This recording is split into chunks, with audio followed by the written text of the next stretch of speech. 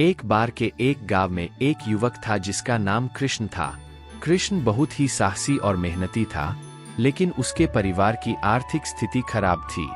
उसके पिता को एक अपारित आघात के कारण काम करने में समस्या हो रही थी।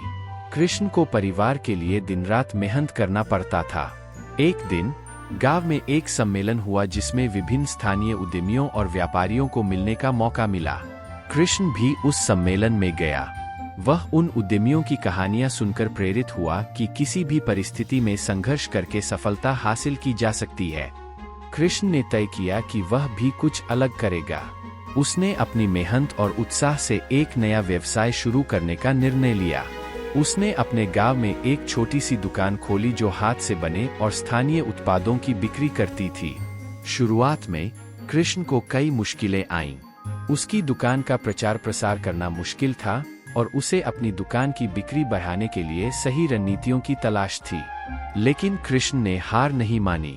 उसने अपने ग्राहकों को उत्कृष्ट सेवा प्रदान करने के लिए प्रतिबद्ध किया और अपने उत्पादों की गुणवत्ता पर ध्यान दिया।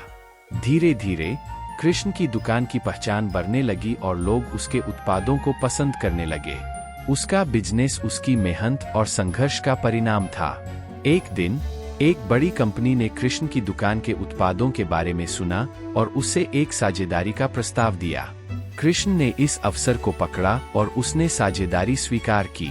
इससे उसका व्यापार और उसकी पहचान और बढ़ गई। इस कहानी से हमें यह सीखने को मिलता है कि संघर्ष और मेहनत ही सफलता का मार्ग होता है। अगर हम अपने लक्ष्य के प्रति प्रतिबद्ध हैं और हार नहीं मानते, तो हम अपने जीवन में सफलता की ओर बढ़ सकते हैं। वास्तव में संघर्ष ही हमें महत्वपूर्ण अनुभव और सीख देता है, जो हमें अगले मार्ग की दिशा में बढ़ने में मदद करता है।